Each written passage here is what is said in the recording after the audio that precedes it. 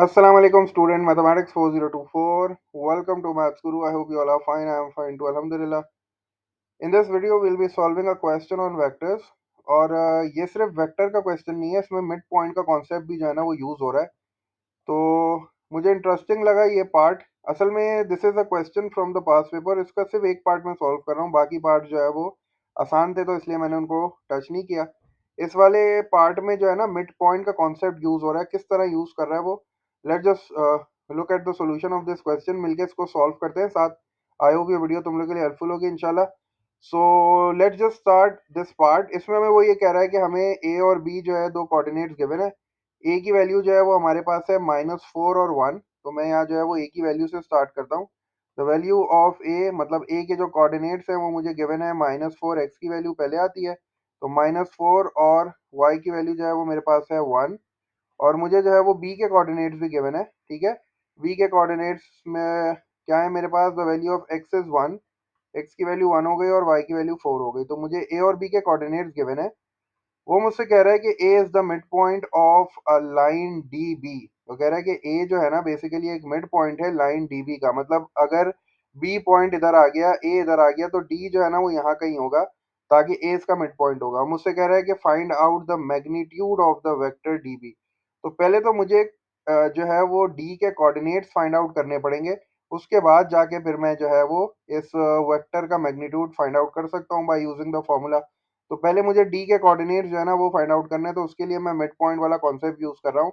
जब हम coordinate geometry करते थे तो वहाँ हमने ये दो टाइप के क्वेश्चन डिस्कस किए थे। एक क्वेश्चन तो ऐसे थे जिसमें आपको सिंपल मिड पॉइंट का फॉर्मूला यूज करके मिड पॉइंट निकालना होता था, लेकिन एक टाइप के क्वेश्चन ऐसे थे जहाँ you have to use the mid point to find out the coordinate. तो ये वही वाला क्वेश्चन है। अब इसमें देखो मुझे थोड़ा सा जो है ना वो लेबलिंग करने की जरूरत है, क्योंकि मुझे पता है ए मेरा मिड पॉइंट है। तो मैं ए को जो है ना वो एक्स और वाई ले रहा हूँ, सही है। क्योंकि मैं अपने मिड पॉइंट को एक्स और वाई लेता था तो ए जो है मेरे पास एक्स और वाई हो गया, ठीक है। और since the first point is B, चलो बी को मैं फर्स्ट पॉइंट ले लेता हूँ। तो ये इसको मैं लेबल कैसे करूंगा, x1 y1, ठीक है। तो ये x1 हो गया और ये y1 हो गया। अब चूंकि मुझे डी पॉइंट के बारे में कोई इन्फॉर्मेशन नहीं है तो मैं उसको कैसे लेबल करूंगा, मैं उसको लेबल कर लूंगा x2 और y2, ठीक है। तो this is x2 and y2। अच्छा, अब जल्दी से मिड पॉइंट का फॉर्मूला यूज कर लेते हैं। मिड पॉइंट का फॉर्मूला क्या था, मिड पॉइंट का फॉर्मूला था x1 प्लस x2 अपॉन 2। तो पहले जो है वो मैं पहले अपना मिड पॉइंट तो लिख लूँ। मेरा मिड पॉइंट क्या है, -4 और कॉमा 1। ये मिड पॉइंट है तो मैंने इसको मिड पॉइंट की जगह पे लिख लिया, -4 कॉमा 1। सही है, ये मेरा मिड पॉइंट हो गया। अच्छा, अब मैं मिड पॉइंट का फॉर्मूला यूज करता हूँ। मिड पॉइंट का फॉर्मूला क्या था मेरे पास, x1 प्लस x2 अपॉन 2। तो x1 की वैल्यू क्या है मेरे पास, x1 की वैल्यू है 1। तो 1 plus x to, 1 plus x2 हो गया, ठीक है। क्योंकि x2 की तो कोई वैल्यू नहीं है मेरे पास, तो ये हो गया 1 प्लस x2 अपॉन 2। और फिर मैंने कॉमा लगाया। y1 की वैल्यू क्या है मेरे पास, y1 की वैल्यू है मेरे पास 4, तो ये हो गया 4 प्लस y2 अपॉन 2। तो ये मैंने फॉर्मूला जो है वो अप्लाई कर दिया। जो जो वैल्यूज थी मेरे पास मैंने जल्दी से प्लग इन कर दी। 4 प्लस y2 अपॉन 2 हो गया। अब नाउ आई हैव टू सी के बीच में इक्वल्स टू है, तो इसका मतलब है कि मुझे जो है वो अब इक्वेट करना पड़ेगा एक्स कोऑर्डिनेट को एक्स के साथ। तो मैं जब एक्स को एक्स के साथ करूंगा, मैं यहाँ से जो है वो वर्किंग कंटिन्यू कर रहा हूँ अपनी। अब यहाँ मेरे पास जो x की वैल्यू है वो है -4। तो मैंने -4 को किसके साथ इक्वेट करना है, मैंने -4 को इक्वेट करना है 1 प्लस x2 अपॉन 2 के साथ, ठीक है। तो यहाँ से मुझे x2 की वैल्यू जो है वो बआसानी मिल जाएगी। अब ये 2 यहाँ डिवाइड हो रहा है, ठीक है। 2 यहाँ डिवाइड हो रहा है, वहाँ जाके मल्टीप्लाई हो जाएगा। तो 2 को जब -4 से मल्टीप्लाई कराऊंगा तो दिस विल बी -8। और ये है +1, ये जब उधर जाएगा तो क्या हो जाएगा, -1 हो जाएगा। तो मेरे पास जो x2 की वैल्यू आ गई that is coming out as -9। तो x2 की वैल्यू मेरे पास आ गई -9, ठीक है। मैंने x2 की वैल्यू फाइंड आउट कर लिया। बिल्कुल इसी तरह इक्वेट करके I have to find the value of y2 as well. तो ये -9 हो गया भाई। अब जल्दी से जो है ना वो y2 की वैल्यू निकाल लेता हूँ। y कोऑर्डिनेट जो है वो 1 है, तो मैं उसको इक्वेट किससे करूंगा, 4 प्लस, ठीक है, 4 प्लस y2 अपॉन 2। अगेन ये 2 डिवाइड हो रहा है, उधर जाके मल्टीप्लाई हो जाएगा। 2 टाइम्स 1 इज 2, तो ये हो जाएगा मेरे पास 2। और ये +4 है, ये वहाँ के -4 हो जाएगा, तो 2 - 4 इक्वल्स टू y2 हो जाएगा। और y2 की वैल्यू जो है वो मेरे पास आ जाएगी -2। ठीक है, तो y2 भी आ गया भाई मेरे पास। इसका मतलब ये हो गया कि now I have the coordinate D. मेरे पास कोऑर्डिनेट डी आ गया। डी क्या था भाई? x2 y2 था ना। तो x2 की वैल्यू क्या है भाई? x2 की वैल्यू आ गई है मेरे पास -9, और y2 की वैल्यू मेरे पास आ गई है -2। तो मैंने मिड पॉइंट का कॉन्सेप्ट यूज करके जो है वो अपना कोऑर्डिनेट डी जो है वो फाइंड आउट कर लिया है।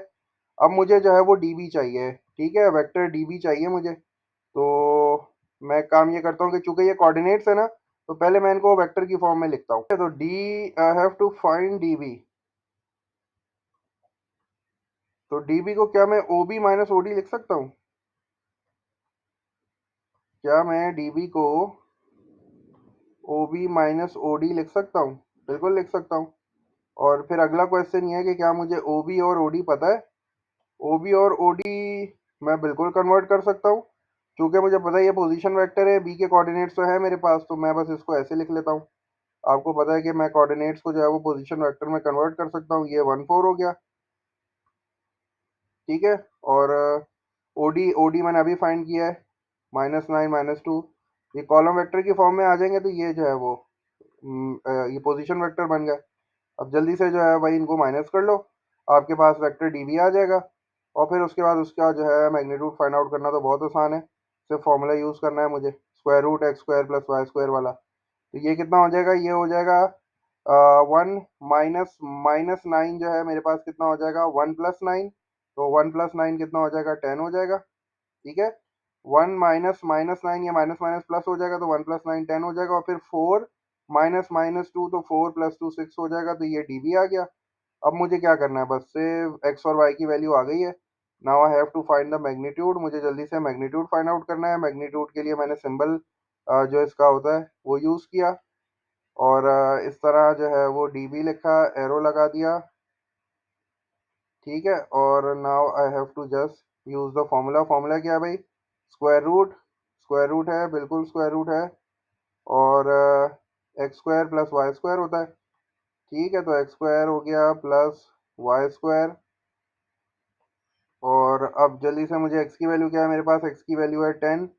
तो 10 का स्क्वायर कितना हो जाएगा? 100 हो जाएगा। तो मैं डायरेक्ट 100 लिख लूँ। तो ये मैंने डायरेक्ट 100 लिख लिया। और ये मेरे पास आ गया 36।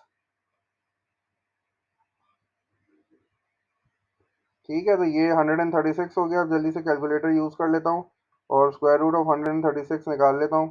तो मेरे पास मेरा रिक्वायर्ड आंसर आ जाएगा। 136 का स्क्वायर रूट निकाल लो जल्दी से। 11 का स्क्वायर रूट तो 121 होता है, तो ये 11 पॉइंट समथिंग आ जाएगा। Square root 136 equals to, and this is coming out as 11.67 या 11.66, जो भी यूज़ कर लो। मैं जो है वो 2 डेसिमल प्लेस लिख लेता हूँ इसको। मेरे कैलकुलेटर पे आ रहा है 11.66 आ रहा है, तो मैं 11.66 ले रहा हूँ। ठीक है। और फिर जो मेरी आंसर स्पेस है भाई, यहाँ भी लाजमी लिख दो कि मेरे पास जो मैग्नीट्यूड आ रहा है that is coming out as 11.66। तो ये थोड़ा सा क्वेश्चन था जिसमें देखो मिड पॉइंट का कॉन्सेप्ट यूज करके उसने कोऑर्डिनेट निकलवाया।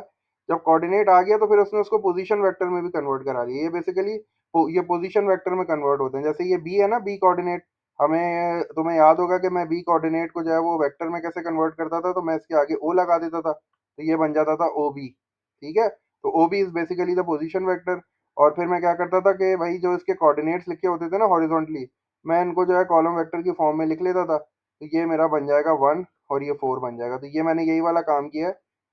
मैंने जो है वो डीबी को इस तरह लिखा, O B minus O D. और मैंने जो है यहाँ पोजीशन वेक्टर्स में कन्वर्ट किया, माइनस किया, वेक्टर निकाल लिया, फिर उसका मैग्नीट्यूड निकाल लिया by using the formula. So the final answer is coming out as 11.66। ठीक है, तो that was the magnitude of vector dB.